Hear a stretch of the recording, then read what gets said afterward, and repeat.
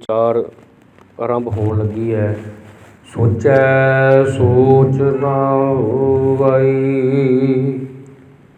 ਜੇ ਸੋਚੀ ਲੱਖ ਵਾਰ।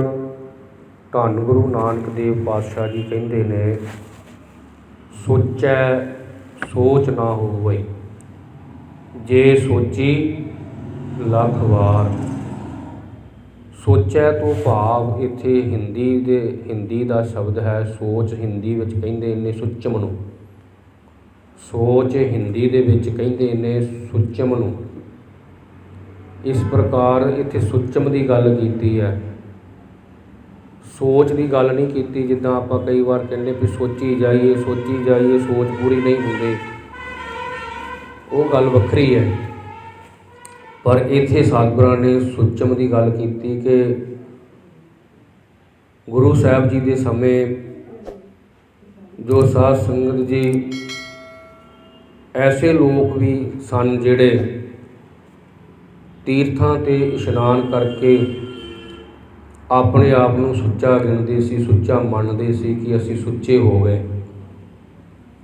ਗਰੀਬ ਨਿਵਾਜ ਸਤਿਗੁਰੂ ਜੀ ਨੇ ਅਨੇਕਾਂ ਪ੍ਰਮਾਣ ਇਸ ਗੱਲ ਨੂੰ ਸਮਝਣ ਵਾਸਤੇ ਬਖਸ਼ੇ ਨੇ। ਸਾਧ ਸੰਗਤ ਜੀ ਗੁਰਬਾਣੀ ਦੇ ਵਿੱਚ ਜੋ ਗੁਰਬਾਣੀ ਪੜ੍ਹੀਏ ਵਿਚਾਰੀਏ ਪਤਾ ਲੱਗਦਾ ਹੈ, ਜੇ ਪਾਣੀ ਦੇ ਨਾਲ ਸਾਧ ਸੰਗਤ ਜੀ ਸੁਚਮ ਬਰਕਰਾਰ ਰਹੇ, ਫਿਰ ਸਾਧ ਸੰਗਤ ਜੀ ਗੁਰੂ ਸਾਹਿਬ ਸੱਚੇ ਪਾਤਸ਼ਾਹ ਜੀ ਨੇ ਇਹ ਵਿਚਾਰਾਂ ਸਾਨੂੰ ਨਹੀਂ ਸੀ ਬਖਸ਼ਣੀਆਂ। ਸੁਚਮ ਦੀ ਗੱਲ ਕਰਦੇ ਸਤਿਗੁਰੂ ਜੀ ਕਹਿੰਦੇ ਆ, ਭਾਈ ਸਰੀਰ ਦੀ ਸੁਚਮ ਪਾਣੀ ਨਾਲ ਹੋ ਸਕਦੀ ਹੈ, ਪਾਣੀ ਨਾਲ ਸਰੀਰ ਸੁੱਚਾ ਹੋ ਸਕਦਾ ਹੈ। ਪਰ ਇੱਥੇ ਗੱਲ ਕੀਤੀ ਹੈ ਮਨ ਦੀ ਸੁਚਮਤਾ ਦੀ। ਮਨ ਕਿਵੇਂ ਸੁੱਚਾ ਹੋਵੇਗਾ?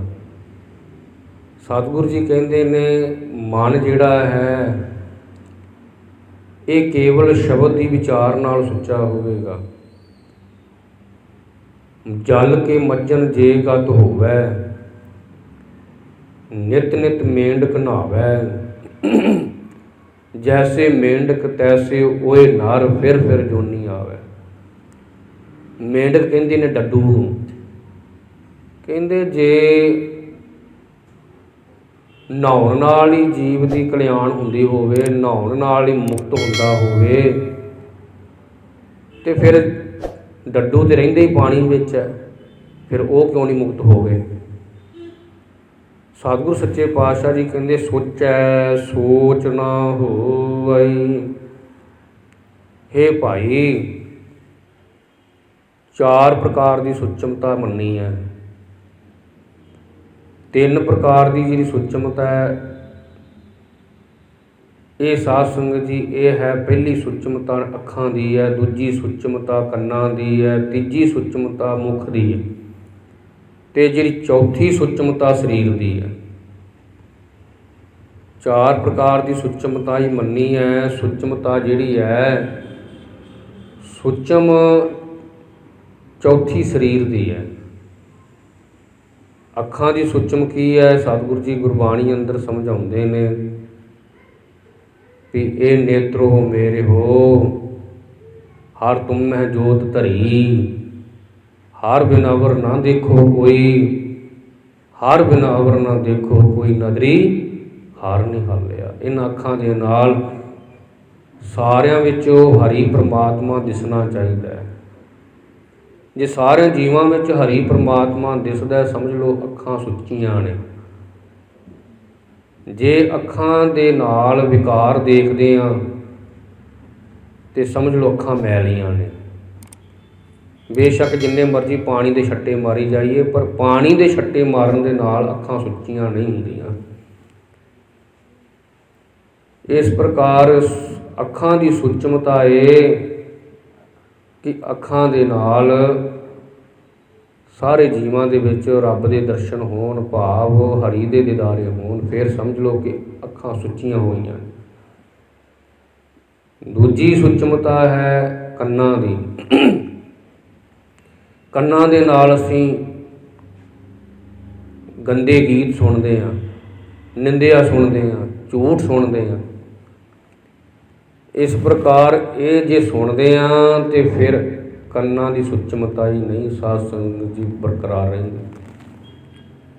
ਕੰਨ ਮੈਲੇ ਨੇ, ਫਿਰ ਜਿੰਨੇ ਮਰਜ਼ੀ ਪਾਣੀ ਦੇ ਛੱਟੇ ਕੰਨਾਂ 'ਚ ਮਾਰ ਲਈਏ, ਕੰਨ ਮੈਲੇ ਹੀ ਰਹਿਣਗੇ ਜੇ ਕੰਨਾਂ ਦੇ ਨਾਲ ਸਾਧ ਸੰਗਤ ਦੀ ਸੱਚ ਨਹੀਂ ਸੁਣਿਆ, ਜੇ ਕੰਨਾਂ ਦੇ ਨਾਲ ਗੁਰਬਾਣੀ ਨਹੀਂ ਸੁਣੀ, ਜੇ ਕੰਨਾਂ ਦੇ ਨਾਲ ਪਰਮਾਤਮਾ ਪਰਮੇਸ਼ਰ ਅਕਾਲ ਪੁਰਖ ਵਾਹਿਗੁਰੂ ਦੀ ਸਿਫਤ ਸਲਾਹ ਵਡਿਆਈ ਨਹੀਂ ਸੁਣੀ, ਉਹਦੀ ਵਡਿਆਈ ਦੇ ਗੀਤ ਨਹੀਂ ਸੁਣੇ, ਤੇ ਸਮਝ ਲਓ ਕੰਨ ਜਿਹੜੇ ਨੇ ਇਹ ਮੈਲੇ। ਸਤਿਗੁਰ ਸੱਚੇ ਪਾਤਸ਼ਾਹ ਜੀ ਕਹਿੰਦੇ, ਮੇਰੇ ਮੋਹਨ ਸਰਵਣੀ ਇਹ ਨਾ ਸੁਣਾਏ, ਸਾਖਤ ਗੀਤ ਨਾਦ ਧੁਨ ਗਾਵਤ, ਬੋਲਤ ਬੋਲ ਅਜਾਏ। ਇਸੇ ਤਰ੍ਹਾਂ ਅਜਾਈ ਸਾਧ ਸੰਗਤ ਜੀ ਬੋਲਣਾ ਜਿਹੜਾ ਹੈ, ਕੰਨਾਂ ਦੇ ਨਾਲ ਲੱਚਰ ਗੀਤ ਸੁਣਨੇ, ਲੱਚਰ ਗੀਤ ਸੁਣਨੇ, ਝੂਠ ਸੁਣਨਾ, ਨਿੰਦਿਆ ਸੁਣਨੀ, ਇਹ ਕੰਨ ਮੈਲੇ ਹੀ ਰਹਿਣਗੇ। ਕੰਨ ਸੁੱਚੇ ਕਿਵੇਂ ਹੁੰਦੇ ਨੇ, ਕੰਨਾਂ ਦੀ ਸੁੱਚਮਤਾ ਕਿਵੇਂ ਹੁੰਦੀ ਹੈ, ਇਹ ਦੂਜੀ ਸੁੱਚਮਤਾ ਕੰਨਾਂ ਦੀ ਹੈ। ਕਿਵੇਂ ਕੰਨਾਂ ਦੀ ਸੁੱਚਮਤਾ ਬਰਕਰਾਰ ਰਹਿੰਦੀ ਹੈ? ਸਤਿਗੁਰੂ ਜੀ ਕਹਿੰਦੇ, ਸਰਵਣੋ ਮੇਰੇ ਹੋ ਸਾਚੈ ਸੁਣਨੈ ਨੂੰ ਪਠਾਏ, ਸਾਚੈ ਸੁਣਨੈ ਨੂੰ ਪਠਾਏ, ਸਰੀਰ ਲਾਏ ਸੁਨਹੁ ਸਤ ਬਾਣੀ, ਜਿਤ ਸੁਣੀ ਮਨ ਤਨ ਹਰਿਆ ਹੋਆ, ਰਸਨਾ ਰਸ ਸੁਮਾਣੀ। ਇਸ ਪ੍ਰਕਾਰ ਗਰੀਬ ਨਿਵਾਸ ਸਤਿਗੁਰੂ ਜੀ ਕਹਿੰਦੇ ਨੇ, ਕੰਨ ਤਦ ਹੀ ਸੁੱਚੇ ਨੇ ਜੇ ਕੰਨਾਂ ਦੇ ਨਾਲ ਪਰਮਾਤਮਾ ਪਰਮੇਸ਼ਰ ਅਕਾਲ ਪੁਰਖ ਵਾਹਿਗੁਰੂ ਦੀ ਸਿਫਤ ਸਲਾਹ ਦੇ ਵਡਿਆਈ ਦੇ ਗੀਤ ਸੁਣੇ ਜਾਣ। ਇੱਕ ਥਾਂ ਆਪਾਂ ਸ਼ਬਦ ਪੜ੍ਹਦੇ, ਗੁਰੂ ਤੇਗ ਬਹਾਦਰ ਮਹਾਰਾਜ ਜੀ ਕਹਿੰਦੇ ਨੇ, ਰੇ ਮਨ ਰਾਮ ਸਿਉ ਕਰ ਪ੍ਰੀਤ, ਐ ਮੇਰੇ ਮਨ ਰਾਮ ਦੇ ਨਾਲ ਪ੍ਰੀਤੀ ਕਰ, ਸਰਵਣ ਗੋਬਿੰਦ ਗੁਣ ਸੁਣੋ। ਇਹਨਾਂ ਕੰਨਾਂ ਦੇ ਨਾਲ ਗੋਬਿੰਦ ਦੇ ਗੁਣਾਂ ਨੂੰ ਸੁਣ, ਗੋਬਿੰਦ ਗੁਣ ਸੁਣੋ, ਅਰ ਗਾਓ ਰਸਨਾ ਗੀਤ। ਰਸਨਾ ਤੇਰੀ ਤਦ ਸੁੱਚੀ ਹੈ ਜੇ ਰਸਨਾ ਦੇ ਨਾਲ ਉਸ ਹਰੀ ਦੇ ਗੀਤ ਗਾਉਂਦਾ। ਰਸਨਾ ਤੇਰੀ ਤਦ ਸੁੱਚੀ ਹੈ ਜੇ ਇਸ ਰਸਨਾ ਦੇ ਨਾਲ ਅਕਾਲ ਪੁਰਖ ਪਰਮਾਤਮਾ ਪਰਮੇਸ਼ਰ ਵਾਹਿਗੁਰੂ ਦੀ ਸਿਫਤ ਸਲਾਹ ਵਡਿਆਈ ਕਰਦਾ। ਭਗਤ ਕਬੀਰ ਜੀ ਕਹਿੰਦੇ ਨੇ ਕਿ ਸਾਧ ਸੰਗਤ ਜੀ ਕਹਿੰਦੇ ਨੇ, ਮੁਖ ਤਾਂ ਪਵਿੱਤਰ ਹੈ ਜੇ ਇਸ ਮੁਖ ਦੇ ਨਾਲ ਹਰੀ ਪਰਮਾਤਮਾ ਪਰਮੇਸ਼ਰ ਵਾਹਿਗੁਰੂ ਦੇ ਗੁਣ ਗਾਉਂਦੇ ਹਾਂ। ਸੋ ਇਸ ਪ੍ਰਕਾਰ ਧੰਨ ਗੁਰੂ ਅਰਜਨ ਦੇਵ ਪਾਤਸ਼ਾਹ ਵੀ ਆਪਣੀ ਬਾਣੀ ਵਿੱਚ ਕਹਿੰਦੇ ਨੇ, ਰਸਨਾ ਗੁਣ ਗੋਪਾਲ ਨਿਧ ਗਾਇਨ, ਸ਼ਾਂਤ ਸਾਹਜ ਰਹਾਸ ਮਨ ਉਪਜਿਓ, ਸਗਲੇ ਦੁਖ ਭੁਲਾਇਨ। ਸੋ ਅਨੇਕਾਂ ਪ੍ਰਮਾਣ ਗੁਰਬਾਣੀ ਵਿੱਚ ਗੁਰਬਾਣੀ ਦੁਆਰਾ ਸਤਿਗੁਰੂ ਜੀ ਬਖਸ਼ਦੇ ਹਨ। ਇਹ ਮੁੱਖ ਦੀ ਸਾਧ ਸੰਗਤ ਜੀ ਇਹ ਸੁੱਚਮਤਾ ਇਸ ਤਰੀਕੇ ਨਾਲ ਬਰਕਰਾਰ ਰਹਿੰਦੀ। ਗਰੀਬ ਨਿਵਾਸ ਸਤਿਗੁਰੂ ਜੀ ਕਹਿੰਦੇ ਨੇ, ਜੇ ਜੀਭਾ ਦੇ ਨਾਲ ਇਸ ਮੁੱਖ ਦੇ ਨਾਲ ਅਸੀਂ ਫਿੱਕਾ ਬੋਲਦੇ ਹਾਂ ਤੇ ਯਾਦ ਰੱਖਿਓ, ਮਾੜਾ ਬੋਲਦੇ ਹਾਂ, ਅਪ ਸ਼ਬਦ ਬੋਲਦੇ ਹਾਂ, ਤੇ ਇਹ ਕਦੇ ਸੁੱਚੀ ਨਹੀਂ ਹੋ ਸਕਦੀ, ਇਹ ਮੈਲੀ ਹੀ ਹੈ। ਇਸੇ ਤਰ੍ਹਾਂ ਇਹ ਤੀਜੀ ਸੁੱਚਮਤਾ ਹੈ। ਕਬੀਰ ਸੋਈ ਮੁਖ ਧਨ ਹੈ, ਜਾ ਮੁਖ ਕਹੀਐ ਰਾਮ, ਦੇਹੀ ਕਿਸਕੀ ਬਾਪਰੀ, ਪਵਿੱਤਰ ਹੋਏ ਗੋਗਰਾਮ। ਉਸ ਮੁਖ ਨੂੰ ਧਨ ਕਿਹਾ ਹੈ। ਤੇ ਚੌਥੀ ਸੁੱਚਮਤਾ ਸਰੀਰ ਦੀ ਹੈ। ਇਸੇ ਤਰ੍ਹਾਂ ਸਤਿਗੁਰੂ ਸੱਚੇ ਪਾਤਸ਼ਾਹ ਜੀ ਕਹਿੰਦੇ ਆ ਕਿ ਇਸ ਰਚਨਾ ਦੇ ਨਾਲ ਭਾਈ ਫਿੱਕਾ ਨਹੀਂ ਬੋਲਣਾ, ਕਿਉਂਕਿ ਫਿੱਕਾ ਬੋਲ ਵਿਗੂਚਣਾ, ਸੁਣ ਮੂਰਖ ਮਨ ਅਜਾਨ। ਨਾਨਕ ਫਿੱਕਾ ਬੋਲੇ ਤਨ ਮਨ ਫਿੱਕਾ ਹੋਏ, ਫਿੱਕੋ ਫਿੱਕਾ ਸੱਦੀਐ ਫਿੱਕੇ ਫਿੱਕੀ ਸੋਏ। ਸੋ ਇਸ ਪ੍ਰਕਾਰ ਸਤਿਗੁਰੂ ਸੱਚੇ ਪਾਤਸ਼ਾਹ ਜੀ ਬਖਸ਼ਿਸ਼ ਕਰਦੇ ਨੇ, ਭਾਈ ਤੇਰਾ ਤਨ ਵੀ ਫਿੱਕਾ, ਤੇਰਾ ਮਨ ਵੀ ਫਿੱਕਾ ਹੋ ਜਾਵੇਗਾ, ਭਾਵ ਤੇਰੇ ਜੀਵਨ ਵਿੱਚ ਫਿੱਕਾਪਨ ਆ ਜਾਏਗਾ ਜੇ ਰਚਨਾ ਦੇ ਨਾਲ ਫਿੱਕਾ ਬੋਲੇਗਾ। ਰਚਨਾ ਤੇਰੀ ਮੈਲੀ ਹੀ ਰਹੇਗੀ। ਨਾਮ ਕਹਿਤ ਗੋਬਿੰਦ ਕਾ ਸੂਚੀ ਭਈ ਰਸਨਾ। ਗੋਬਿੰਦ ਦਾ ਨਾਮ ਜਪਣ ਕਰਕੇ, ਉਸ ਦਾ ਜਸ ਕਰਨੇ ਕਰਕੇ ਇਹ ਰਚਨਾ ਜਿਹੜੀ ਹੈ ਸੁੱਚੀ ਹੁੰਦੀ ਹੈ। ਅਤੇ ਇਹ ਤੀਜੀ ਸੁੱਚਮਤਾ ਅਤੇ ਚੌਥੀ ਸੁੱਚਮਤਾ ਸਰੀਰ ਦੀ ਹੈ। ਸਤਿਗੁਰੂ ਸੱਚੇ ਪਾਤਸ਼ਾਹ ਜੀ ਕਹਿੰਦੇ ਨੇ ਭਾਈ ਆਹ ਜਿਹੜਾ ਇਸ਼ਨਾਨ ਕਰਦੇ ਹਾਂ ਅਸੀਂ ਜਲ ਦੇ ਨਾਲ, ਇਹ ਵੀ ਜ਼ਰੂਰੀ ਹੈ ਤਾਂ ਜੋ ਸਰੀਰ ਦੀ ਸੁੱਚਮਤਾ ਵੀ ਬਰਕਰਾਰ ਨਾਲ ਰਹੇ। ਪਰ ਇਹਦੇ ਨਾਲੋਂ ਜ਼ਰੂਰੀ ਇਹ 3 ਪ੍ਰਕਾਰ ਦੀ ਸੁੱਚਮਤਾ ਹੈ।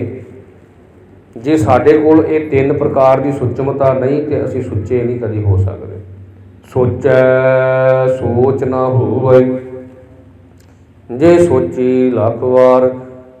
ਪਾਣੀ ਦੇ ਨਾਲ ਲੱਖਾਂ ਵਾਰੀ ਭਾਵੇਂ ਇਸ਼ਨਾਨ ਕਰ ਲਈਏ, ਲੱਖਾਂ ਵਾਰੀ ਸੁੱਚੇ ਹੋ ਜਾਈਏ, ਇਸ ਤਰ੍ਹਾਂ ਸੁੱਚੇ ਨਹੀਂ ਹੋ ਸਕੀਦਾ। ਫਿਰ ਅੱਗੇ ਸਤਿਗੁਰੂ ਜੀ ਕਹਿੰਦੇ ਨੇ ਚੁੱਪੈ ਚੋਪ ਨਾ ਹੋਵੈ, ਜੇ ਲਾਏ ਰਹਾ ਲਿਵਤਾਰ। ਇਸੇ ਤਰ੍ਹਾਂ ਧੰਨ ਗੁਰੂ ਗੋਬਿੰਦ ਸਿੰਘ ਮਹਾਰਾਜ ਸੱਚੇ ਪਾਤਸ਼ਾਹ ਜੀ ਕੋਲ ਇੱਕ ਭੇਖੀ ਸਾਧੂ ਆ ਗਿਆ। ਭੇਖੀ ਸਾਧੂ, ਸਾਧੂ ਹੈ ਨਹੀਂ ਸੀ, ਦਿਖਾਵੇ ਮਾਤਰ ਸਾਧੂ ਬਣਿਆ ਸੀ। ਸਿੱਖਾਂ ਨੇ ਉਸ ਨੂੰ ਸਾਧ ਸੰਗਤ ਜੀ ਧੰਨ ਗੁਰੂ ਗੋਬਿੰਦ ਸਿੰਘ ਮਹਾਰਾਜ ਸੱਚੇ ਪਾਤਸ਼ਾਹ ਜੀ ਕੋਲੋਂ ਲੈ ਕੇ ਗਏ। ਕਹਿੰਦੇ ਜੀ ਮਹਾਰਾਜ ਇਹ ਸਾਧੂ ਆਇਆ। ਅਤੇ ਮਹਾਰਾਜ ਸੱਚੇ ਪਾਤਸ਼ਾਹ ਜੀ ਕਹਿੰਦੇ ਭਈ ਇਹ ਸਾਧੂ ਕਿੱਥੋਂ ਆਇਆ, ਕਿਵੇਂ ਆਇਆ? ਸਤਿਗੁਰੂ ਜੀ ਇਹ ਬੋਲਦਾ ਨਹੀਂ, ਮੌਨੀ ਹੈ, ਮੌਨ ਧਰਿਆ ਹੋਇਆ, ਮੌਨ ਰੱਖਿਆ ਹੋਇਆ। ਸਤਿਗੁਰੂ ਸੱਚੇ ਪਾਤਸ਼ਾਹ ਜੀ ਨੇ ਉਹਦੇ 'ਤੇ ਕਿਰਪਾ ਕਰਨੀ ਸੀ, ਉਹਦੇ 'ਤੇ ਬਖਸ਼ਿਸ਼ ਕਰਨੀ ਸੀ। ਬਖਸ਼ਿਸ਼ ਕਰਨ ਦਾ ਇੱਕ ਤਰੀਕਾ ਵੱਖਰਾ ਅਪਣਾਇਆ ਵੀ ਜਿਹੜਾ ਇਹ ਦਿਖਾਵਾ ਕਰਦਾ, ਪਖੰਡ ਕਰਦਾ, ਇਹ ਪਖੰਡ ਛੱਡ ਦੇਵੇ, ਇਹ ਦਿਖਾਵਾ ਛੱਡ ਦੇਵੇ। ਸੱਚਮੁੱਚ ਇਹ ਅੰਦਰ ਜਿਹੜਾ ਮਨ ਹੈ, ਮਨ ਨੂੰ ਚੁੱਪ ਕਰਾਵੇ। ਸਤਿਗੁਰੂ ਜੀ ਨੇ ਉਸ ਦੀ ਉਸਤਤ ਕਰਨੀ ਸ਼ੁਰੂ ਕਰ ਦਿੱਤੀ, ਉਸ ਮੋਨੀ ਦੀ ਵਡਿਆਈ ਕਰਨੀ ਸ਼ੁਰੂ ਕਰ ਦਿੱਤੀ। ਕਹਿੰਦੇ ਅੱਛਾ ਜੀ ਇਹ ਤਾਂ ਬੜਾ ਫਿਰ ਪਹੁੰਚਿਆ ਹੋਇਆ ਫਕੀਰ ਹੈ, ਜਿਹੜਾ ਚੁੱਪ ਹੀ ਰਹਿੰਦਾ, ਬੋਲਦਾ ਹੀ ਨਹੀਂ, ਹਰ ਵੇਲੇ ਚੁੱਪ ਰਹਿੰਦਾ, ਮੋਨੀ ਬਣ ਕੇ ਰਹਿੰਦਾ। ਫਿਰ ਸਾਧ ਸੰਗਤ ਜੀ ਉਸ ਵੇਲੇ ਧੰਨ ਗੁਰੂ ਗੋਬਿੰਦ ਸਿੰਘ ਮਹਾਰਾਜ ਸੱਚੇ ਪਾਤਸ਼ਾਹ ਸਿੱਖਾਂ ਨੂੰ ਕਹਿੰਦੇ ਨੇ ਪਰਦੇ ਦੇ ਨਾਲ, ਕਹਿੰਦੇ ਨੇ ਸਿੱਖੋ, ਇਹ ਸਿੰਘੋ, ਇਹ ਜਿਹੜਾ ਮੋਨੀ ਹੈ ਇਹ ਗੁਰੂ ਨਾਨਕ ਦੇ ਘਰ ਵਿੱਚ ਆਇਆ। ਇਸ ਕਰਕੇ ਗੁਰੂ ਨਾਨਕ ਦੇ ਘਰ ਵਿੱਚ ਜਿਹੜਾ ਵੀ ਆਉਂਦਾ ਹੈ, ਇੱਥੇ ਗੁਰੂ ਨਾਨਕ ਦੇ ਘਰ ਦਾ ਮਿਸ਼ਨ ਹੈ ਨਾਨਕ ਨਾਮ ਚੜ੍ਹਦੀ ਕਲਾ ਤੇਰੇ ਭਾਣੇ ਸਰਬੱਤ ਦਾ ਭਲਾ। ਅਸੀਂ ਇਹਦਾ ਭਲਾ ਕਰਨਾ ਤਾਂ ਜੋ ਇਹ ਪਖੰਡ ਛੱਡ ਦੇਵੇ, ਇਹ ਲੋਕ ਦਿਖਾਵਾ ਜਿਹੜਾ ਕਰਦਾ ਇਹ ਛੱਡ ਦੇਵੇ। ਤੁਸੀਂ ਇੱਦਾਂ ਕਹਿਣਾ ਹੈ। ਗਰੀਬ ਨਵਾਜ ਜੀ ਨੇ ਸਾਰੀ ਗੱਲ ਸਿੰਘਾਂ ਨੂੰ ਸਮਝਾਈ ਵੀ ਅਸੀਂ ਜੋ ਵੀ ਕਹਾਂਗੇ ਨਾ ਉਸ ਤੋਂ ਉਲਟ ਤੁਸੀਂ ਚੱਲਣਾ ਹੈ। ਮਹਾਰਾਜ ਜੀ 7 ਵਚਨ ਕਹਿੰਦੇ ਨੇ, ਉਹਦੇ ਸਾਹਮਣੇ ਸਤਿਗੁਰਾਂ ਨੇ ਬੜੀ ਉਸਤਤ ਕੀਤੀ। ਕਹਿੰਦੇ ਨੇ ਇਸ ਫਕੀਰ ਨੂੰ, ਇਸ ਸਾਧੂ ਨੂੰ ਸੋਹਣੇ ਗਲੀਚੇ ਵਸਾ ਕੇ, ਸੋਹਣੀ ਵਸਾਈ ਕਰਕੇ ਇਸ ਸਾਧੂ ਨੂੰ ਦੇਣੀ ਹੈ। ਇਹ ਰਾਤ ਸਾਡੇ ਕੋਲ ਇਸਨੇ ਟਿਕਣਾ ਹੈ। ਸੇਵਾ ਪੂਰੀ ਤਨ ਮਨ ਧਨ ਨਾਲ ਸੇਵਾ ਕਰਨੀ ਹੈ, ਸੋਹਣੀ ਵਸਾਈ ਕਰਨੀ ਹੈ, ਸੋਹਣੇ ਪਦਾਰਥ ਛਕਣ ਵਾਸਤੇ ਇਸ ਸਾਧੂ ਨੂੰ ਦੇਣੇ ਹੈ। ਅਤੇ ਸਿੰਘ ਕਰੀ ਗਏ ਮਹਾਰਾਜ 7 ਵਚਨ। ਮਹਾਰਾਜ ਨੇ ਸਮਝਾਈ ਸਾਰੀ ਗੱਲ ਵੀ ਜਿਵੇਂ ਜਿਵੇਂ ਕਹਾਂਗੇ 7 ਵਚਨ ਕਹੀ ਜਾਏ। ਚੰਗੀ ਸੇਵਾ ਕਰਨੀ, ਸੇਵਾ ਵਿੱਚ ਕੋਈ ਊਣ ਤਾਈ ਨਾ ਰਹਿ ਜਾਵੇ। ਮਹਾਰਾਜ ਜੀ 7 ਵਚਨ। ਜਦੋਂ ਦਿਨ ਚੜ੍ਹਿਆ, ਅੰਮ੍ਰਿਤ ਵੇਲਾ ਹੋਇਆ, ਸਤਿਗੁਰੂ ਸੱਚੇ ਪਾਤਸ਼ਾਹ ਜੀ ਦਰਬਾਰ ਵਿੱਚ ਬੈਠੇ ਆ, ਦਰਬਾਰ ਸਜਿਆ, ਨਿਤਨੇਮ ਹੋਇਆ। ਨਿਤਨੇਮ ਤੋਂ ਉਪਰੰਤ ਆਸਾ ਕੀ ਵਾਰ ਦੀ ਬਾਣੀ, ਸਤਿਗੁਰੂ ਸੱਚੇ ਪਾਤਸ਼ਾਹ ਜੀ ਨੇ ਆਸਾ ਕੀ ਵਾਰ ਦੀ ਬਾਣੀ ਦਾ ਕੀਰਤਨ ਕੀਤਾ। ਕੀਰਤਨ ਦੀ ਸਮਾਪਤੀ ਤੋਂ ਬਾਅਦ ਸਤਿਗੁਰੂ ਸੱਚੇ ਪਾਤਸ਼ਾਹ ਜੀ ਸਿੰਘਾਂ ਦੇ ਨਾਲ, ਸੰਗਤਾਂ ਦੇ ਨਾਲ ਬਚਨ ਵਿਲਾਸ ਕਰਦੇ ਆ। ਸੋ ਬਚਨ ਵਿਲਾਸ ਕਰਦੇ ਆ। ਸਤਿਗੁਰੂ ਜੀ ਕਹਿੰਦੇ ਭਾਈ ਉਹ ਮੋਨੀ ਸਾਧੂ ਕਿੱਥੇ ਹੈ? ਕਹਿੰਦੇ ਮਹਾਰਾਜ ਜੀ ਉਹਨਾਂ ਨੂੰ ਮੈਂ ਬੁਲਾ ਕੇ ਲਿਆਉਂਦਾ। ਸਿੰਘ ਕਹਿੰਦਾ ਮਹਾਰਾਜ, ਇੱਕ ਸਿੰਘ ਉੱਠਿਆ ਕਹਿੰਦਾ ਮਹਾਰਾਜ ਜੀ ਮੈਂ ਬੁਲਾ ਕੇ ਲਿਆਉਂਦਾ। ਸਿੰਘ ਗਿਆ, ਜਾ ਕੇ ਮੋਨੀ ਨੂੰ ਜਾ ਕੇ ਬੁਲਾ ਕੇ ਲਿਆਇਆ ਅਤੇ ਮਹਾਰਾਜ ਜੀ ਦੇ ਸਨਮੁਖ ਆਇਆ। ਅਤੇ ਮਹਾਰਾਜ ਸੱਚੇ ਪਾਤਸ਼ਾਹ ਕਹਿੰਦੇ ਨੇ ਸਿੰਘਾਂ ਨੂੰ, ਸਿੰਘੋ ਇਸ ਮੋਨੀ ਦੀ ਸੇਵਾ ਕੀਤੀ ਸੀ, ਜਿਵੇਂ ਜਿਵੇਂ ਤੁਹਾਨੂੰ ਕਿਹਾ ਸੀ ਉੱਦਾਂ ਕੀਤਾ ਸੀ। ਮਹਾਰਾਜ ਹਾਂਜੀ, ਅਸੀਂ ਤਾਂ ਸੇਵਾ ਵਿੱਚ ਕੋਈ ਘਾਟ ਨਹੀਂ ਰਹਿਣ ਦਿੱਤੀ। ਸੋਹਣੇ ਗਲੀਚੇ ਵਸਾਏ ਸੀ ਇਹਦੇ ਥੱਲੇ, ਸੋਹਣੇ ਪਦਾਰਥ ਇਸ ਨੂੰ ਛਕਾਏ ਸੀ, ਪਰ ਵਸਾਇਆ ਨਹੀਂ ਸੀ ਹੈਗਾ ਕੁਛ ਵੀ। ਉਸ ਦੇ ਥੱਲੇ ਬੋਰੀਆਂ ਵਸਾ ਦਿੱਤੀਆਂ, ਬੋਰੀ ਉੱਤੇ ਉਹ ਵਿਸ਼ਰਾਮ ਕੀਤਾ। ਉਸਨੇ ਛਕਣ ਵਾਸਤੇ ਸੁੱਕੇ ਪ੍ਰਸ਼ਾਦੇ ਉਸ ਨੂੰ ਦਿੱਤੇ। ਕਿਉਂ ਦਿੱਤੇ? ਕਾਰਨ ਕੀ ਸੀ? ਉਹਦਾ ਪਖੰਡ ਜਿਹੜਾ ਸੀ, ਉਹਦਾ ਉਪਾਜ ਉਗੇੜਨ ਵਾਸਤੇ ਵੀ ਇਹ ਪਖੰਡ ਛੱਡ ਦੇਵੇ। ਫਿਰ ਮੋਨੀ ਕੋ ਰਿਹਾ ਨਾ ਗਿਆ। ਮੋਨੀ ਕਹਿਣ ਲੱਗਾ, ਮਹਾਰਾਜ ਉਸ ਸਾਧੂ ਕੋ ਰਿਹਾ ਨਾ ਗਿਆ। ਕਹਿੰਦਾ ਜੀ ਵੇਖੋ ਜੀ, ਇਹ ਝੂਠ ਬੋਲਦੇ ਆ ਤੁਹਾਡੇ ਸਿੰਘ, ਇਹਨਾਂ ਨੇ ਕੋਈ ਮੇਰੇ ਵਾਸਤੇ ਗਲੀਚਾ ਨਹੀਂ ਵਸਾਇਆ, ਕੋਈ ਮੇਰੀ ਇਹਨਾਂ ਨੇ ਸੇਵਾ ਨਹੀਂ ਕੀਤੀ, ਕੋਈ ਜੋ ਜੋ ਤੁਸੀਂ ਦੱਸਿਆ ਸੀ ਤੂੰ ਉਲਟ ਹੈ ਬਿਲਕੁਲ, ਇਹ ਝੂਠ ਬੋਲਦੇ ਆ। ਮਹਾਰਾਜ ਹੱਸ ਪਏ, ਕਹਿਣ ਲੱਗੇ ਐ ਮੋਨੀ ਜੀ, ਕਿੱਥੇ ਗਿਆ ਤੁਹਾਡਾ ਮੋਨ? ਕਿੱਥੇ ਗਿਆ ਤੁਹਾਡਾ ਮੋਨ? ਤੁਸੀਂ ਤਾਂ ਕਹਿੰਦੇ ਸੀ ਅਸੀਂ ਮੈਂ ਮੋਨੀ ਹਾਂ। ਇਸ ਪ੍ਰਕਾਰ ਸਤਿਗੁਰੂ ਜੀ ਨੇ ਉਸ ਵੇਲੇ ਸ਼ਬਦ ਉਚਾਰਿਆ। ਕਹਿੰਦੇ ਨੇ ਵੀ ਹੇ ਭਾਈ, ਮੋਨੀ ਹੋਏ ਬੈਠਾ ਇਕਾਂਤੀ, ਹਿਰਦੈ ਕਲਪਨ ਗਾਂਠਾ। ਦੁਨੀਆ ਨੂੰ ਮੋਨੀ ਬਣ ਕੇ ਦੱਸਦਾ, ਪਰ ਹਿਰਦੇ ਵਿੱਚ ਵਿਕਾਰਾਂ ਦੀ ਗੱਠ ਹੈ, ਕਲਪਨਾ ਦੀ ਗੱਠ ਹੈ, ਕਈ ਤਰ੍ਹਾਂ ਦੇ ਫੁਰਨੇ ਕਰਦਾ ਪਿਆ ਹੈ। ਮਨ ਨੂੰ ਚੁੱਪ ਕਰਾਉਣਾ ਹੈ, ਮੁੱਖ ਨਾਲ ਚੁੱਪ ਹੋ ਕੇ। ਕਹਿੰਦੇ ਸਤਿਗੁਰੂ ਸੱਚੇ ਪਾਤਸ਼ਾਹ, ਇਹ ਮੋਨੀ ਜੀ ਮੋਨੀ ਨਹੀਂ ਬਣਿਆ ਜਾਂਦਾ। ਕਹਿੰਦੇ ਨੇ ਮੁੱਖ ਨਾਲ ਚੁੱਪ ਹੋ ਕੇ, ਮੁੱਖ ਦੀ ਚੁੱਪ ਜਿਹੜੀ ਹੈ ਇਹਦੇ ਨਾਲ ਮੋਨੀ ਨਹੀਂ ਬਣਿਆ ਜਾਂਦਾ। ਚੁੱਪ ਤੇ ਮਨ ਨੂੰ ਕਰਾਉਣਾ। ਮਨ ਤੇ ਵਾਰ-ਵਾਰ ਜਿਹੜਾ ਬੋਲ ਰਿਹਾ, ਮਨ ਤੇ ਵਾਰ-ਵਾਰ ਫੁਰਨੇ ਕਰ ਰਿਹਾ, ਮਨ ਦੇ ਵਿੱਚ ਵਾਰ-ਵਾਰ ਵਿਕਾਰ ਆ ਰਹੇ ਆ। ਮੋਨੀ ਹੋਏ ਬੈਠਾ ਇਕਾਂਤੀ, ਹਿਰਦੈ ਕਲਪਨ ਗਾਠਾ। ਇਸ ਪ੍ਰਕਾਰ ਸਤਿਗੁਰੂ ਜੀ ਕਹਿੰਦੇ ਚੁੱਪੈ ਚੁੱਪ ਨਾ ਹੋਵਈ, ਜੇ ਲਾਏ ਰਹਾ ਲਿਵਤਾਰ। ਹੈ ਭਾਈ, ਇੱਕ ਧਾਰ ਕਹਿੰਦੇ ਨੇ, ਜਿਵੇਂ ਤੇਲ ਦੀ ਧਾਰਾ ਜਿਵੇਂ ਸਾਧ ਸੰਗਤ ਦੀ ਚੱਲਦੀ ਹੈ। ਤੇਲ ਜਦੋਂ ਪਾਈਦਾ ਨਾ ਸਾਧ ਸੰਗਤ ਦੀ ਭਾਂਡੇ ਦੇ ਵਿੱਚ ਧਾਰ ਬਣਾ ਕੇ, ਉਹ ਧਾਰ ਕਦੇ ਡੋਲਦੀ ਨਹੀਂ ਦੇਖਿਓ, ਵੱਜ ਕੇ ਧਾਰ ਪੈਂਦੀ ਹੈ। ਤਾਂ ਹੀ ਸਿਆਣੇ ਕਹਿੰਦੇ ਤੇਲ ਦੇਖ ਤੇ ਤੇਲ ਦੀ ਧਾਰ ਵੇਖ। ਇਸੇ ਤਰ੍ਹਾਂ ਕਹਿੰਦੇ ਨੇ, ਇਸ ਤਰ੍ਹਾਂ ਭਾਵੇਂ ਚੁੱਪੈ ਚੁੱਪ ਨਾ ਹੋਵੇ, ਜੇ ਲਾਏ ਰਹਾ ਲਿਵਤਾਰ। ਭਾਵ ਮੁੱਖ ਦੀ ਚੁੱਪ ਕਰਨ ਦੇ ਨਾਲ, ਮੁੱਖ ਤੋਂ ਚੁੱਪ ਕਰਨ ਦੇ ਨਾਲ ਕਦੇ ਚੁੱਪ ਨਹੀਂ ਹੋਇਆ ਜਾਂਦਾ। ਚੁੱਪ ਮਨ ਨੂੰ ਕਰਾਉਣਾ ਹੈ। ਸਾਰੀ ਗੱਲ ਸਤਿਗੁਰਾਂ ਨੇ ਮਨ ਦੀ ਆਖੀ ਹੈ, ਅੰਦਰ ਦੀ ਖੇਡ ਹੈ ਸਾਰੀ। ਸੋ ਆਓ ਸਤਿਗੁਰੂ ਸੱਚੇ ਪਾਤਸ਼ਾਹ ਦੀ ਕਿਰਪਾ ਕਰਨ। ਚੁੱਪੈ ਚੁੱਪ ਨਾ ਹੋਵਈ, ਜੇ ਲਾਏ ਰਹਾ ਲਿਵਤਾਰ। ਭੁੱਖਿਆਂ ਭੁੱਖ ਨਾ ਉਤਰੀ, ਜੇ ਬੰਨਾ ਪੁਰੀਆਂ ਭਾਰ। ਸਤਿਗੁਰੂ ਜੀ ਕਹਿੰਦੇ ਭੁੱਖਿਆਂ ਮਨਾਂ ਦੀ ਕਦੇ ਭੁੱਖ ਨਹੀਂ ਉਤਰਦੀ। ਭਾਵੇਂ ਸਤਿਗੁਰੂ ਸੱਚੇ ਪਾਤਸ਼ਾਹ ਜੀ ਕਹਿੰਦੇ ਪੁਰੀਆਂ ਦੇ ਭਾਰ ਬੰਨ੍ਹ ਕੇ ਅੱਗੇ ਰੱਖਦੀ, ਫਿਰ ਵੀ ਭੁੱਖਿਆਂ ਮਨਾਂ ਦੀ ਭੁੱਖ ਨਹੀਂ ਉਤਰਦੀ। ਭੁੱਖਿਆ ਭੁੱਖ ਨਾ ਉਤਰੀ, ਜੇ ਬੰਨਾ ਪੁਰੀਆਂ ਭਾਰ। ਸਾਹਸ ਸਿਆਣਪਾਂ ਲੱਖ ਹੋਵੇ, ਤਾਂ ਇੱਕ ਨਾ ਚੱਲੈ ਨਾਲ।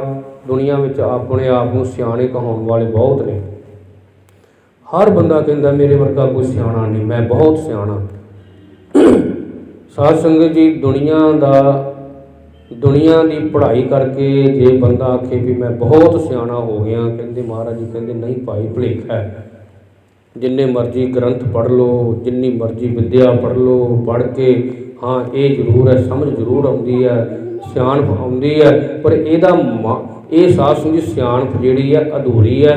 ਜੇ ਆਪਾਂ ਕਹੀਏ ਵੀ ਬਸ ਪੂਰੇ ਸਿਆਣੇ ਹੋ ਗਏ ਆ, ਹੁਣ ਸਾਨੂੰ ਕੁਛ ਸਿੱਖਣ ਦੀ ਲੋੜ ਨਹੀਂ। ਮਹਾਰਾਜ ਕਹਿੰਦੇ ਨਹੀਂ ਭਾਈ, ਸਹਿ ਸਿਆਣਪਾ ਲੱਖ ਹੋਵੇ, ਤਾਂ ਇੱਕ ਨਾ ਚੱਲੈ ਨਾਲ। ਦੁਨੀਆ ਦੀਆਂ ਹਜ਼ਾਰਾਂ ਸਿਆਣਪਾਂ ਸਾਧ ਸੰਗਤ ਜੀ ਜਿਹੜੀਆਂ ਨੇ ਇਹ ਲੇਖੇ ਵਿੱਚ ਨਹੀਂ ਆਉਂਦੀਆਂ।